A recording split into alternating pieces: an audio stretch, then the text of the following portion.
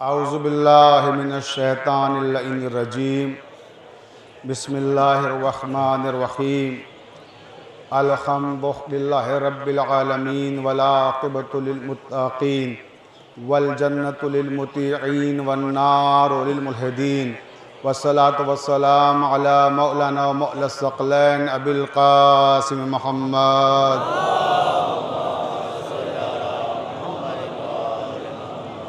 والہ الطیبین الطاہرین المعصومین المظلومین ولعنۃ اللہ علی اعدائہم اجمعین من یومنا ھذا الی قیام یوم الدین اما بعد قال علی ابن ابی طالب علیہ السلام فزت برب الکعبہ۔ امیر ممکنات، مولائے کائنات، یہ آپ کے عزادار جو یہاں بیٹھے ہوئے ہیں، ان کے دل مجروح ہیں، ان کی روحیں زخمی ہیں۔ اے میرے مولا، سب سے پہلے میں آپ کی خدمت میں آپ کے بیٹے کی شہادت کا پرسہ پیش کرتا ہوں۔ اے امیر ممکنات، قبول کیجئے جو آپ نے پیغام دیا تھا، آپ کے بیٹے نے وہ ثابت کر دکھایا کہ علی نہ کبھی ڈرے تھے، نہ علی والے کبھی ڈرے ہیں، نہ علی شہادت سے گھبرائے تھے، نہ علی والے کبھی شہادت سے گھبراتے ہیں۔ میدان عمل میں یہ ثابت کر دیا کہ نہ کل علی ڈرے تھے دشمنوں سے، نہ آج علی والے ڈرتے ہیں دشمنوں سے۔ اے علی کے چاہنے والوں، پورے ہندوستان سے مشتبہ ہوئے ہو، امام علی کی شہادت کا پرسہ پیش کرنے کے لیے وقت کے امام کی خدمت میں امام علی کا پرسہ پیش کرو گے۔ عزادارو، میں آپ کو ایک خاص لمحہ یاد دلاؤں اور پھر آپ اپنے آنسو نہ روک پاؤ گے کہ نہ علی کبھی دشمن سے ڈرے، نہ علی والے کبھی دشمن سے ڈرے۔ ہم نے شہادت کو اپنے لیے سعادت سمجھا ہے، شہادت ہماری میراث ہے۔ راوی کہتا ہے کہ 19ویں رمضان کی شب ہے اور کوفے کی گلیاں ہیں، 4 نوجوان گھوڑوں پہ سوار برہنہ شمشیریں لیے ہوئے گشت کر رہے ہیں، کبھی اس گلی میں جاتے ہیں، کبھی اس گلی میں جاتے ہیں، اور خاص کر امام علی کا بیت الشرف جہاں ہے، بار بار اس گلی میں آ رہے ہیں۔ امام علی کہتے ہیں، حسین بیٹا، مجھے ایسا محسوس ہو رہا ہے جیسے باہر گھوڑوں کے دوڑنے کی آوازیں آ رہی ہیں، کوئی گلیوں میں گھوڑے دوڑا رہا ہے۔ حضرت عباس دروازے کی طرف دوڑے، بابا میں دیکھ کے آتا ہوں۔ کہا عباس ٹھہر جاؤ، عباس ٹھہر جاؤ۔ مولا کائنات نے عباس کو روک دیا، خود دروازے پہ آئے، دروازہ کھولا، کیا دیکھا کہ 4 نقاب پوش نوجوان برہنہ شمشیریں لیے ہوئے گھوڑوں پہ بیٹھے ہوئے ہیں۔ امام فرماتے ہیں، امام علی کہتے ہیں کہ تم کون لوگ ہو؟ اور رات کی عبادتیں چھوڑ کر، رات عبادت کے لیے ہے، شب قدر ہے، رات آرام کے لیے ہے، تم آرام چھوڑ کر، عبادت چھوڑ کر، یہ گھوڑوں پر سوار ہو کر کوفے کی گلیوں میں کیوں دوڑ رہے ہو؟ تم کون لوگ ہیں؟ تم کون لوگ ہو؟ ایک نوجوان آگے بڑھا، اس نے نقاب کھولی، کہا مولا میں آپ کا غلام ابراہیم ابن مالک اشتر۔ دوسرا نوجوان آگے بڑھا، اس نے اپنی نقاب کھولی، کہا مولا میں آپ کا غلام عبداللہ ابن عفیف۔ اس کے بعد تیسرا نوجوان آگے بڑھا، اس نے اپنی نقاب ہٹائی اور کہا مولا مجھے پہچانا آپ نے، میں کون ہوں؟ مولا میں نے یہ طے کیا تھا جب سے 17ویں رمضان کا آپ کا خطبہ سنا ہے، آپ خطبے میں بار بار یہ کہہ رہے ہیں کہ موت میرے نزدیک ہے۔ میں حذیفہ یمانی مولا آپ کا غلام، میں نے اپنے ساتھیوں کے ساتھ یہ طے کیا کہ ہم مولا کی حفاظت کریں گے۔ کوفے کے حالات خراب ہیں اور ہمیں آپ کے خطبوں سے موت کی خوشبو آ رہی ہے۔ مولا ہم آپ کی حفاظت کے لیے آئے ہیں۔ حذیفہ یمانی سامنے کھڑے ہوئے ہیں، ابراہیم ابن مالک اشتر سامنے کھڑے ہوئے ہیں، عبداللہ ابن عفیف مولا کائنات کے سامنے کھڑے ہوئے ہیں۔ یہ سارے نوجوان رو رہے ہیں اور کہتے ہیں مولا ہمیں اپنی حفاظت کے لیے، خدا کے لیے یہاں رہنے دیجئے۔ امام کہتے ہیں نہیں، تم سب گھر جاؤ، اپنے اپنے گھر جاؤ، اللہ کی عبادت کرو، عبادت کی رات ہے۔ حذیفہ یمانی کہتے ہیں مولا خدا کے لیے ہمیں یہیں رہنے دیجئے، آپ جب نماز پڑھانے جائیں گے ہم آپ کے ساتھ ساتھ چلیں گے، مولا ہم آپ کو تنہا نہیں چھوڑیں گے۔